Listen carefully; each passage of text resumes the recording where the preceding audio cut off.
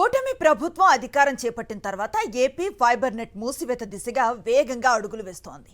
గత ప్రభుత్వ హయాంలో నియామకాలంటూ కూటమి ప్రభుత్వం ఏకంగా 800 మంది ఉద్యోగులను తొలగించి వారి జీవితాలను రోడ్డున పడేసింది. మిగిలిన సిబ్బందికి 4 నెలలుగా జీతాలు లేకపోవడంతో వారంతా ఏప్రిల్ 1 నుంచి విధులు బహిష్కరించి సమ్మె బాట పట్టారు. చంద్రబాబు కూటమి ప్రభుత్వం వల్ల ఏ ఒక్కరికి భరోసా లభించడం లేదు. అన్ని రంగాలు కుదేలైపోతున్నాయి. ఇప్పుడు ఏపీ ఫైబర్ నెట్ కూడా మూసివేతకు సిద్ధమవుతోంది. గత ప్రభుత్వంలో జరిగిన నియామకాలంటూ ఉద్యోగులను తొలగించడంతో వారంతా పోరుబాట పట్టనున్నారు. దాదాపు 800 మంది కార్మికులను విధుల నుంచి తొలగించడంతో పాటు వారికి జీతాలు కూడా ఇవ్వకపోవడంతో ఆవేదన వ్యక్తం చేస్తున్నారు. అంతేకాదు, కేబుల్ కట్ అయినప్పుడు వెళ్లి సరిదిద్దడానికి వినియోగించే ఆటోలకు 8 నెలలుగా ఛార్జీలు చెల్లించకపోవడంతో వీరు కూడా సమ్మెలో పాల్గొంటున్నారు. దీంతో కనీసం ప్రసారాలు ఆగిపోతే పునరుద్ధరించలేని పరిస్థితి. కస్టమర్ కేర్కు ఫోన్ చేసినా కాల్ రిసీవ్ చేసుకునే నాథుడే కరువయ్యాడు. దీంతో 2 రోజులుగా కేబుల్ ప్రసారాలు నిలిచిపోయాయి. ప్రభుత్వ నిరంకుశత్వ చర్యలతో విసుగు చెందిన వినియోగదారులు ప్రత్యామ్నాయ మార్గాలను అన్వేషిస్తున్నారు. గడిచిన 11 నెలల్లోనే కేబుల్ కనెక్షన్ల సంఖ్య 6.5 లక్షల నుంచి 4.5 లక్షలకు పడిపోయిందంటే పరిస్థితి ఏ విధంగా దిగజారిపోయిందో అర్థం చేసుకోవచ్చు. వినియోగదారుల నుంచి వస్తున్న ఒత్తిడితో సమాధానం చెప్పలేక లోకల్ కేబుల్ ఆపరేటర్లు తీవ్ర ఒత్తిడిని ఎదుర్కొంటున్నారు.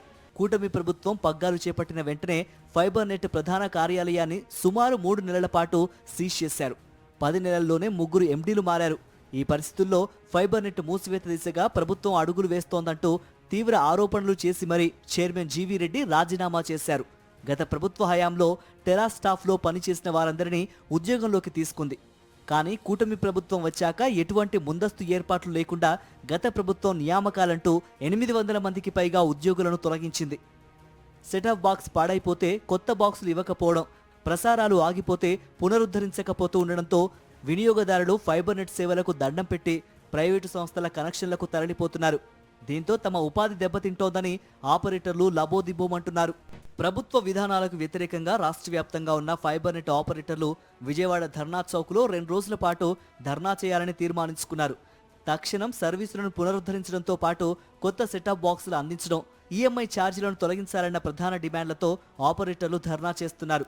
క్షేత్రస్థాయిలో పనిచేసే టెక్నికల్ సిబ్బందికి జీతాలు అందజేసి తిరిగి విధులు నిర్వహించే విధంగా చర్యలు తీసుకోవాలని ప్రభుత్వాన్ని డిమాండ్ చేస్తున్నారు. ప్రభుత్వం నుంచి సరైన స్పందన వచ్చే వరకు విజయవాడను వదిలి వెళ్లే ప్రసక్తే లేదని ఆంధ్రప్రదేశ్ రాష్ట్ర మల్టీ సర్వీసెస్ కేబుల్ ఆపరేటర్ల సంక్షేమ సంఘం స్పష్టం చేస్తోంది.